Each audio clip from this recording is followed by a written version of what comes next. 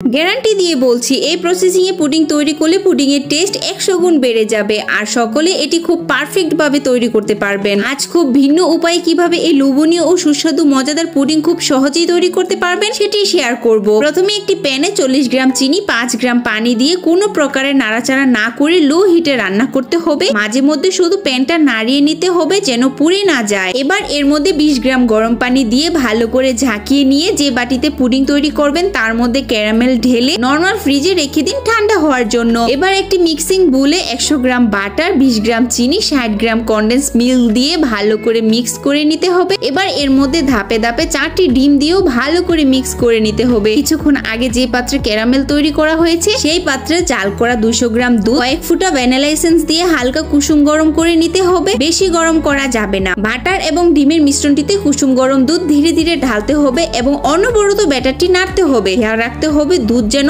এতটাও গরম না হয় যে ডিমের জমাট বেঁধে যায়। এবার ভালো করে মিক্স করে একটি ছাঁকনির সাহায্যে ভালো করে ছেঁকে ক্যারামেলের বাটিতে পরিমাণ মতো মিশ্রণটি ঢেলে র‍্যাপিং পেপার দিয়ে ভালো করে ঢেকে নিতে হবে। এবার আপনারা এটি ওভেনেও তৈরি করতে পারেন এবং চুলাতেও তৈরি করতে পারেন। ওভেনে 160 ডিগ্রি সেলসিয়াসে 60 মিনিটের জন্য বেক করে নিতে পারেন। চুলাতেও পানির উপর বসিয়ে লো হিটে 40 থেকে 50 মিনিট স্টিম করে 1 থেকে 2 ঘন্টা নরমাল ফ্রিজে রেখে ঠান্ডা করে পরিবেশন করলেই তৈরি হয়ে গেল অতি লোভনীয় সুস্বাদু মজাদার ক্যারামেল পুডিং।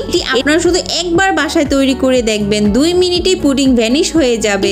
এতটাই সুস্বাদু হয়। টিকটক থেকে যে সকল প্রিয় ভাই বোনেরা ভিডিওটি দেখছেন তারা যদি বায়োতে থাকা আমার ফেসবুক পেজ ইউটিউব চ্যানেলটি সাপোর্ট করতেন তাহলে আমার জন্য অনেক উপকার হতো। যারা ফেসবুক এন্ড ইউটিউব থেকে দেখছেন তারা ফলো ও সাবস্ক্রাইব করে ভিডিওটি লাইক কমেন্ট শেয়ার করে আশা করি আমার পাশেই থাকবেন। ধন্যবাদ। আসসালামু আলাইকুম।